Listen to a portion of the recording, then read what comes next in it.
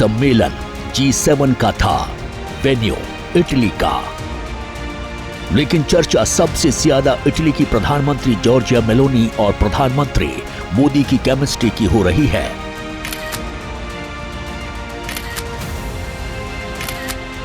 क्योंकि भारत G7 का सदस्य नहीं है, लेकिन बावजूद इसके इटली की प्रधानमंत्री मेलोनी ने पीएम मोदी का जिस तरह स्वागत किया, उसे पूरी दुनिया ने देखा है। क्योंकि इस वक्त पूरा सोशल मीडिया इन तस्वीरों से पटा पड़ा है। तस्वीरों में आप देख सकते हैं कि इटली की प्रधानमंत्री मेलोनी हाथ जोड़कर पीएम मोदी का स्वागत कर रही हैं और पीएम मोदी भी हाथ जोड़कर उनका अभिवादन स्वीकार कर रहे हैं। दरअसल इस बार का G7 की मेजबानी इटली कर रहा था। ऐसे में जितने वर्ल्ड लीडर इस सम्मेलन में आ रहे थे, इटली की प्रधानमंत्री मेलोनी सबका स्वागत कर रही थी। इसी दौरान प्रधानमंत्री मोदी पहुंचे तो मेलोनी ने हाथ जोड़कर इंडियन स्टाइल में उनका स्वागत किया। दोनों के बीच अच्छी केमिस्ट्री दिख रही थी, जो बता रही है कि भारत और इटली के रिश्ते कितने मजबूत हैं। इस बीच प्रधानमंत्री मोदी और जॉर्जिया मेलोनी के बीच द्विपक्षीय मुलाकात भी हुई, जिसकी तस्वीरें भी सोशल मीडिया पर जमकर शेयर की जा रही हैं। इसी दौरान इटली की प्रधानमंत्री मेलोनी ने अपने एक्स पर एक वीडियो पोस्ट किया है, जिसमें वो पीएम मोदी के साथ सेल्फी लेती नजर आ रही हैं। इस 5 सेकंड्स के वीडियो में मेलोनी हाथ हिलाकर hello from the melody team कहती सुनाई दे रही हैं। Hello from the melody team. ये वीडियो सोशल मीडिया पर तेजी से वायरल हो रहा है।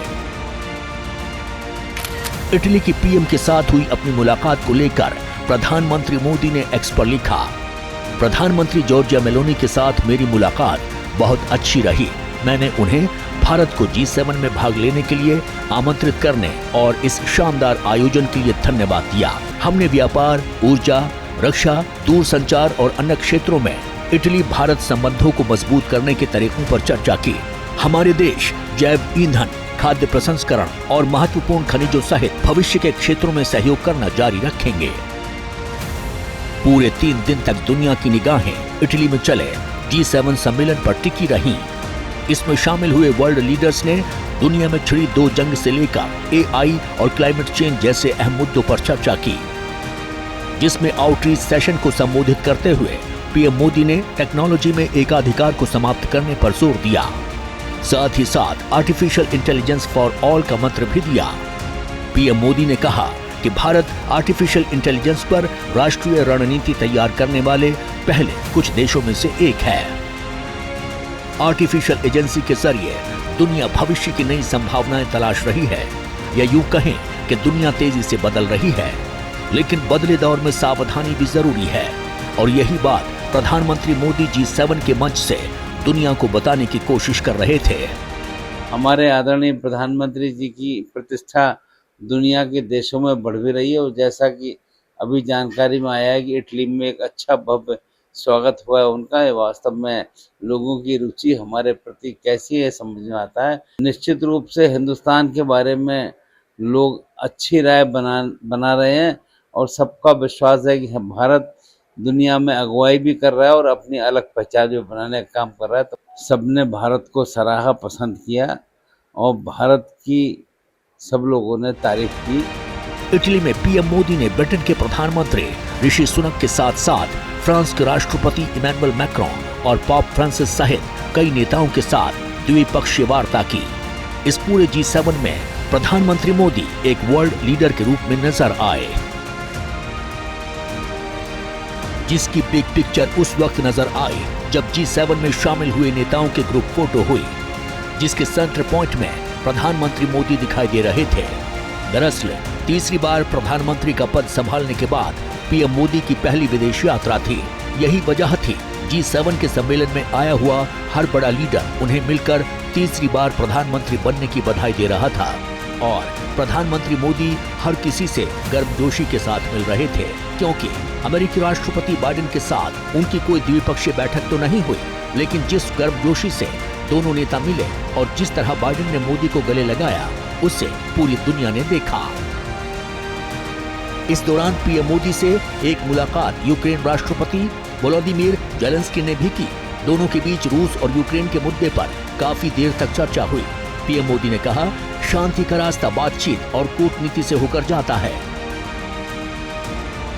लेकिन इन सब के बीच एक वो भी भेंट हुई जिसकी किसी ने उम्मीद तक नहीं की थी। ये मुलाकात थी कनाडा के पीएम जस्टिन ट्रूडो की। दरअसल आतंकी हरदीप सिंह निज्जर की हत्या के बाद कनाडा और भारत में पिछले साल से तनावपूर्ण संबंधों में तल्खी देखी गई थी। इस तनाव के बाद प्रधानमंत्री मोदी और कनाडाई पीएम जस्टिन ट्रूडो की ये पहली मुलाकात थी। आपको बता दें कि भारत G7 का सदस्य नहीं है, बावजूद इसके उसे G7 के सम्मेलन में शामिल होने का न्योता मिलता रहा है। दरअसल इस सम्मेलन में G7 के ग्रुप देशों के अलावा दुनिया में तेजी से बढ़ती अर्थव्यवस्था वाले देशों को भी न्योता दिया जाता है। और भारत दुनिया की 5वीं सबसे बड़ी अर्थव्यवस्था है। अगर G7 के देशों से इसकी तुलना करें तो इन देशों के मुकाबले भारत जीडीपी के मामले में चौथे स्थान पर है। वैश्विक मंदी के बीच पिछले 3 सालों में 7% से अधिक की विकास दर के साथ भारत दुनिया की सबसे तेजी से बढ़ती प्रमुख अर्थव्यवस्था के रूप में उभरा है। अगर आंकड़ों को देखें तो यूके, फ्रांस, इटली और कनाडा जो G7 देशों के समूह में शामिल है, उनकी जीडीपी भारत से कम है। G7 के देशों में अमेरिका पहले नंबर पर है, जबकि दूसरे नंबर पर जर्मनी और तीसरे नंबर पर जापान है। लेकिन जिस तरह से भारत का बाजार खुल रहा है, दुनिया की बड़ी बड़ी कंपनियां भारत आ रही हैं, उससे जल्द ही ये अंक तालिका बदल सकती है और भारत 2027 तक दुनिया की तीसरी बड़ी अर्थव्यवस्था बन सकता है, क्योंकि भारत का लक्ष्य 2047 तक विकसित देश बनने का है, जिसके लिए पीएम मोदी ने पूरा प्लान बना रखा है। भारत के हर कदम, हर एक्शन पर दुनिया की नजर है। हम आज क्या करते हैं, हम क्या हासिल करते हैं, ये दुनिया उत्सुकता से जानना चाहती है। हमारा लक्ष्य साल 2047 तक भारत को विकसित राष्ट्र बनाना है। हमारा लक्ष्य भारत को आर्थिक रूप से समृद्ध, सांस्कृतिक रूप से सशक्त और सामरिक रूप से समर्थ बनाना है। इसके लिए ये जरूरी है कि आने वाले 5 वर्षों के भीतर हम दुनिया की तीसरी बड़ी आर्थिक ताकत बने।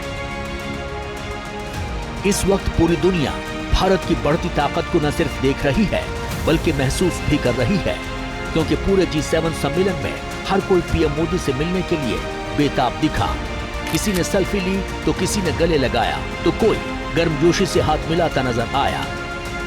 G7 के सम्मेलन में कोई ऐसा नेता नहीं दिखा जिसने प्रधानमंत्री मोदी से मुलाकात न की हो।